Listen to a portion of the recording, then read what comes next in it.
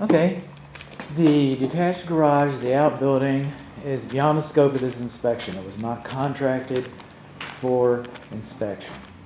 So, but there are a few items of note that are part of the home structure that I would like to include to the inspection report. Anything other than the electrical and the overhead door is beyond the scope. It's cursory, a gift, if you will.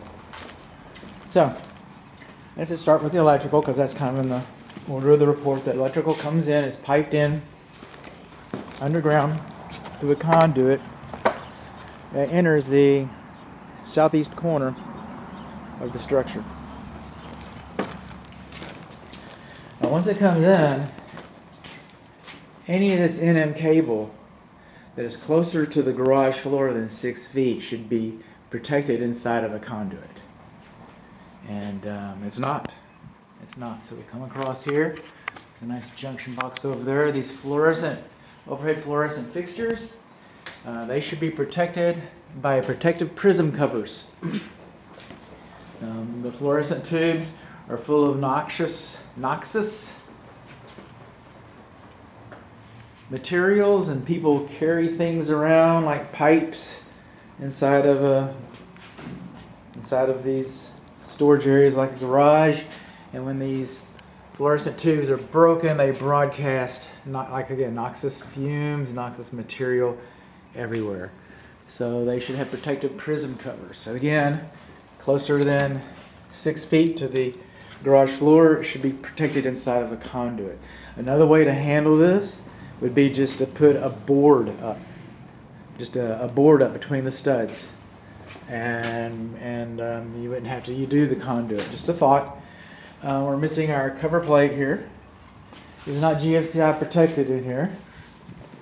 Now, for all this space,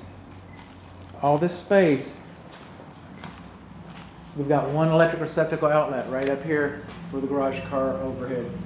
Okay, you might be able to make another one because we've got improperly terminated electric wires there. We've got electric junctions. Look at that. See that? Not so good. Not so good. Not supposed to have exposed electric junctions. No GFCI, no electric junctions. All right. What else have we got? Surely we got something else. Oh, that's what we're here for. The overhead door. All right. It's a metal panel door. The optic sensors are higher from the floor than 6 inches. Higher from the floor than 6 inches. They're not supposed to be higher from the floor than 6 inches. That's like, 4 inches is fine. 5 inches is fine, but 6 inches, they're too high from the floor. The first panel of the door is supposed to have, on each corner, it's supposed to have a spring tension notice, and we do not have those. The door is supposed to have, and a lot of people use these, I do at home, but a lot of people use those as handles, but no, we're supposed to have a pull handle inside the door and outside of the door as well, in case we do not use the door opener. It becomes decommissioned for some reason, unknown reason. Then we have the pull handles. Coming on along, we've got our tension spring, which we don't have the notice. We should have a warning notice posted on the door. All right. So the door does not have a manual door lock. So if it did, then I would call that deficient if it had an operable one. So that's what we have. What? It keeps squeaking. All right. Be nice if we had a handle, but I guess that's a handle.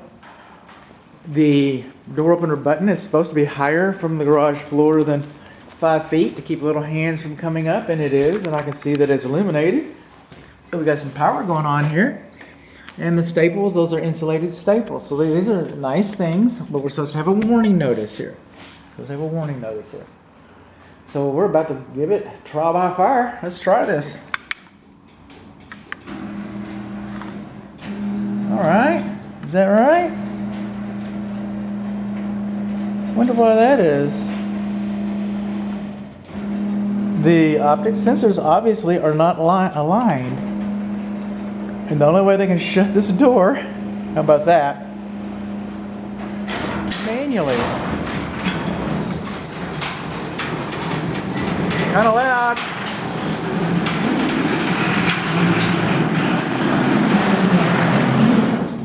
One of the courtesy lights is inoperable, and see the way this guy's flashing? It's because it's in emergency. I feel like the most common cause for this is the optic sensors aren't properly aligned. And there's no way to test the safety reverse. We know the safety reverse works because it just worked for us. And the most likely culprit is the optic sensors are not aligned, so it'd be reasonable to assume that the optic sensors work. But we don't know that. We do know that it has a safety reverse.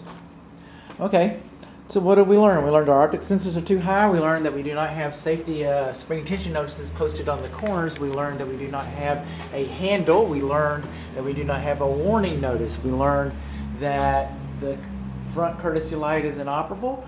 We learned that it's not GFCI protected. We learned that we do not have a safety notice posted on the door there. Those are the things that we learned. Oh, and we also learned from the electrical that we've got some circuits that are improperly terminated. We've got some exposed junctions, and we've got some electric cable that's closer than 6 feet to the garage floor, and we're missing a faceplate. Now, of note, that's the only electric receptacle outlet in the garage. None. There's no power in here to speak of.